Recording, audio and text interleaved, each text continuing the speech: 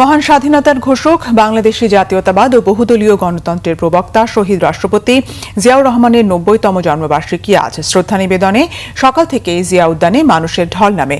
এ সময় বিএনপি মহাসচিব মির্জা ফখরুল ইসলাম আলমগীর জানান, জিয়াউর রহমানের আদর্শকে প্রতিষ্ঠা করা এবং গণতন্ত্রকে প্রাতিষ্ঠানিক রূপ দিতে শপথ নিয়েছে বিএনপি। এ পর্যন্ত নির্বাচন কমিশন যোগ্যতার সাথে কাজ করছে বলেও মনে করেন তিনি। আর গণতন্ত্র পুনরুদ্ধারে তারেক রহমানের নেতৃত্বে আগামীর বাংলাদেশ গঠনে এদেশের সর্বস্তরের মানুষ কাজ করবে বলে প্রত্যাশা বিএনপি চেয়ারম্যানের উপদেষ্টা আমানুল্লাহ আমানের।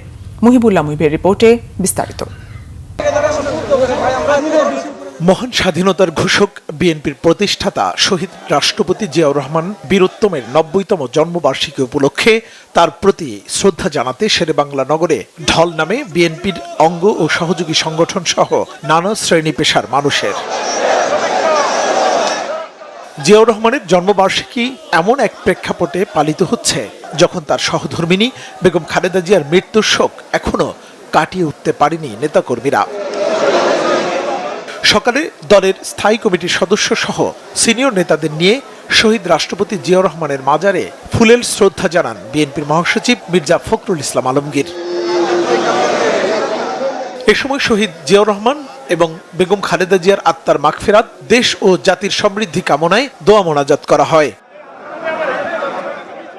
পরে বিএনপির মহাসচিব মির্জা ফখরুল ইসলাম আলমগীর আশা প্রকাশ করেন, আগামীতে নির্বাচন কমিশন যোগ্যতার সাথে নির্বাচন পরিচালনা করবে। ফেব্রুয়ারি মাসে 12 তারিখে নির্বাচন ঘোষিত হয়েছে।